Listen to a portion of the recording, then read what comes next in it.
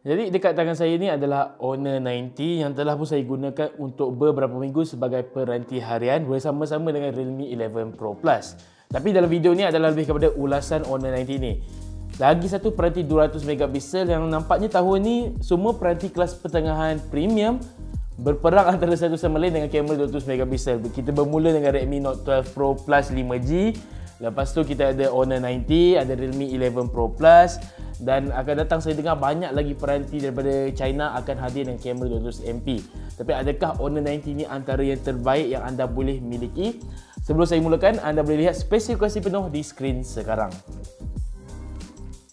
Baiklah, macam saya katakan dalam video pandang pertama sebelum ini, Honor 90 mempunyai rekaan yang cukup unik. Tiga-tiga warna yang ditawarkan mempunyai rekaan yang berbeza dan setiap rekaan ini mempunyai kemasan yang berbeza. Di tangan saya ini adalah peacock blue yang mempunyai corak seakan bulu burung merak, dan warna biru, warna cerun biru yang berubah mengikut pendedahan kepada cahaya. Di dalam tangan, peranti ini memang cukup mudah untuk dikendalikan, cukup selesa, cukup nipis. Skrin yang sedikit melengkung tetapi tidak mengganggu pengalaman menonton video kerana mempunyai bezel hitam di setiap sisi yang nampak sekata. Kesan lengkungan ini hanyalah untuk menampakkan peranti ini kelihatan sebuah peranti yang premium sahaja.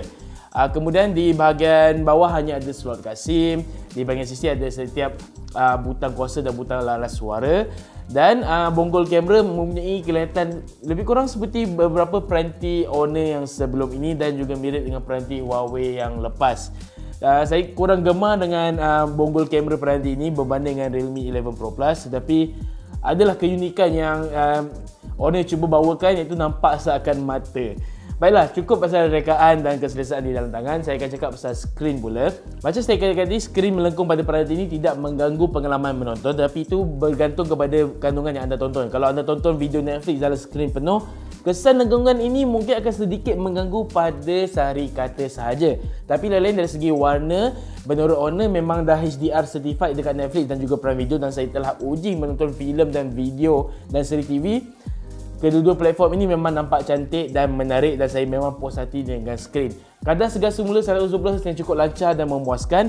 Satu ciri menarik yang Honor bawakan adalah skrin ini cukup bagus untuk kesihatan mata setiap pengguna kerana tidak akan ada masalah berkelip apabila di bawah suasana yang malap ataupun yang gelap. Malah jika anda mengambil telefon lain dan cuba rakam video skrin peranti ini, anda tidak akan lihat kesan berkelip yang berlaku pada peranti lain. Honor nanti menggunakan Magic OS 7.1 berasaskan Android 13 yang sama yang kita lihat pada ulasan FE sebelum ini pada Magic VS atau juga pada Magic 5 Pro. Saya kurang gemar dengan Magic OS sebab ia secara keseluruhan masih nampak sama dengan EMUI.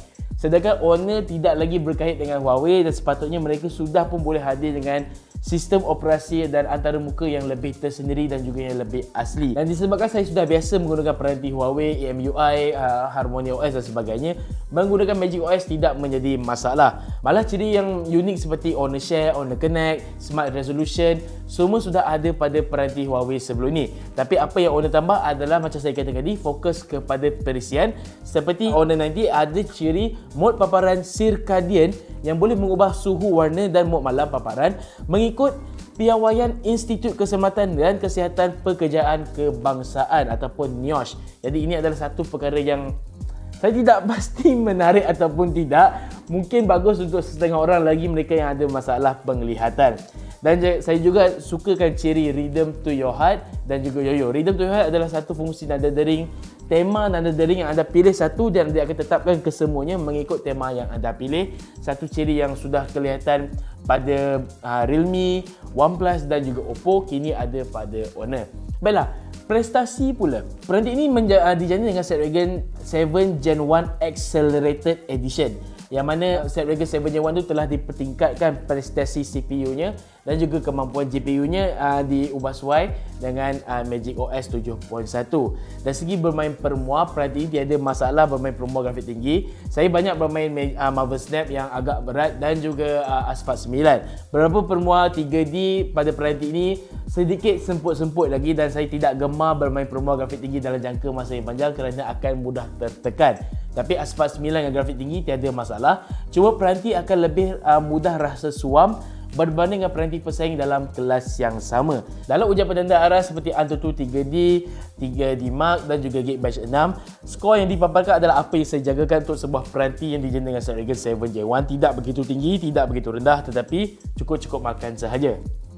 Baiklah, saya dah cakap pasal rekaan, saya dah cakap pasal skrin, perisian dan prestasi. Bagaimana pula dengan kamera? Kamera 200MP pada peranti ini adalah antara yang terbaik setakat ini saya pernah lihat. Peranti ini memaparkan hasil yang cukup memuaskan. Lagi-lagi dengan ciri AI baru seperti AI Vlog Assistant dan juga AI Video Quality dan juga mode HDR tersendiri. Ini kerana AI pada peranti ini tidak semestinya akan mengambil gambar HDR. Dan jika anda ingin ambil gambar HDR dengan latar belakang dengan butiran dipelihara, anda perlu tekan mode HDR itu sendiri. Turut ada mode high res yang saya rasakan mungkin adalah mode 200MP sebab kita tak boleh lihat dengan butiran kerana bantuan AI itu kadang-kadang mempunyai pixel binning yang mengecilkan gambar ni kepada 50 megapiksel sahaja. Tetapi apabila saya menggunakan kamera peranti ini dari segi mode malam, mode portrait, siang dan sebagainya, kamera ini cukup memuaskan. 200 megapiksel tadi dipadankan pula dengan sensor 12 megapiksel dan juga 2 megapiksel, yang mana untuk sudut ultra lebar 12 megapiksel agak cantik, agak menarik, warna yang masih baik dan juga butiran yang masih boleh dipelihara. Tetapi ia adalah kamera peranti kelas pertengahan dan amat jauh perbezaannya dengan peranti kelas mercu.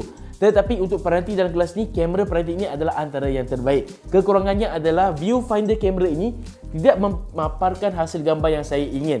Gambar yang cantik itu hanya berlaku selepas pasca proses sahaja, jadi itu sedikit menjengkelkan. Baiklah, sekarang saya akan beralih kepada bahagian bateri pula.